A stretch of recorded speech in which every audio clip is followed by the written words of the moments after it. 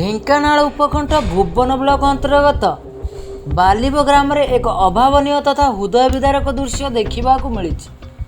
सरकार एठी गाँ को सम्मान और माँ को काम बोली डेंगुरा पिटुचंती। ए माँ कौन सरकार स्लोगान रो बाहर ना सरकार नियम ए माँ पर लागू नुहे। निजर पेटर जंत्रणा कारण गत 11/4/2015 तारिख कटक स्थित पाड़ी मेडिकल रे रमाप्रिय एडमिशन होइतिले एवं सेठारे डाक्तर माने तांकू 25/4/2015 तारिख रे ऑपरेशन करथिले। मात्र ऑपरेशन पर मध्य तांकू रोगरु सुफल मिली नथिला। एणु एहा परे से तीन थर निजर ऑपरेशन कराई कौनसी सुफल पाई नथिले। मात्र ए सबरे मध्य तांकर से जंत्रणारू से उपशम पाई नथिले। मोर जो मु भी बेसी कथार्ता करि पारुनी। मोर जो पोरलाक्स ऑपरेशन पाई पाड़ी मेडिकल रे मते ऑपरेशन करा जायतिला थर को दिख थर ऑपरेशन करा जायछि। जो रोग को सही रोग अछि। झाड़ा भी जाई पाइली नहीं, कथा भी कहि पाइली नहीं, खाई पाइली नहीं, दांत कसी पाइली नहीं, गाधे पाइली नहीं। से मते जो ऑपरेशन करिसंती वो तीन नाड़ काटिकी मो अंत बुजुड़ा बांधी दे।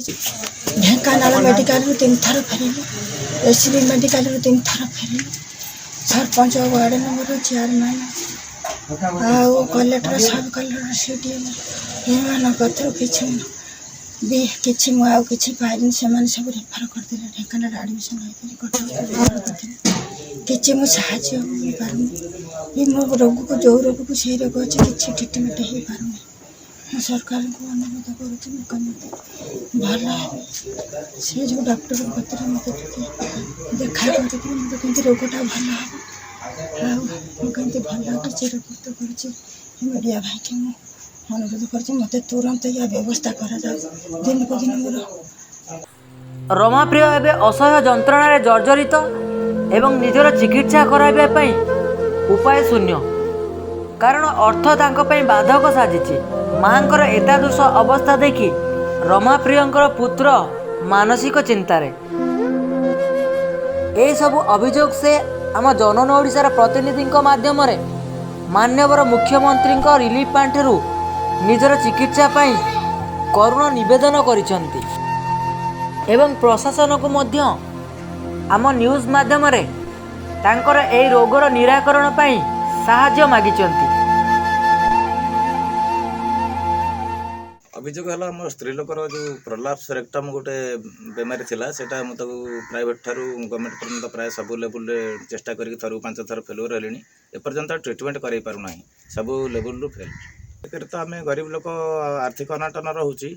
आम सहायता कलेक्टर द्वारस्थ होइचु, वीडियो द्वारस्थ होइचु, सरपंच को भी गोचर करिचु, मानवाधिकार कमिशन पर्यंत भी आम जाइचु।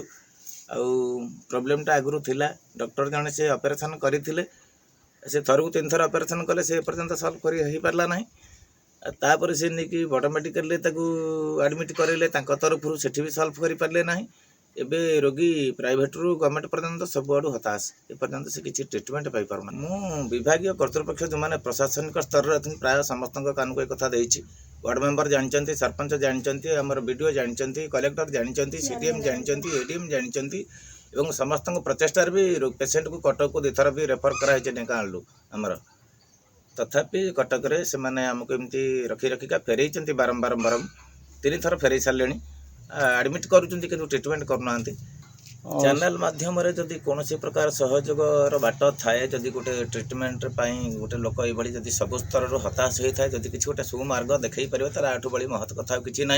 मुझे चैनल पाखे चिरकृतज्ञ ऋणी ही रही कारण 7 वर्ष है जीवन सारा युद्ध करी जो फेल हो पारना जदि पारती तो बहुत भल हाँ। सी ढेंकानाल दिन छाड़ीदे करोना बोलिकी कहले जा भारी घर को आज्ञा कष्ट पाई जाइला बेचारा पुणी आसला ये कर अर्थ ना आज्ञा कौन करेंगे सी अर्थ शून्य लोक आज्ञा आम तो देखुचु ये कष्ट भोगुची ये लोकटा केमी कौन आती हम टे ये आपड़ टे सहयोग टे करतु आम आ बुढ़ा मनीष बेसी आर कि ना आम तो देखुचे ये लोकटा कांदी बोईकि ये हो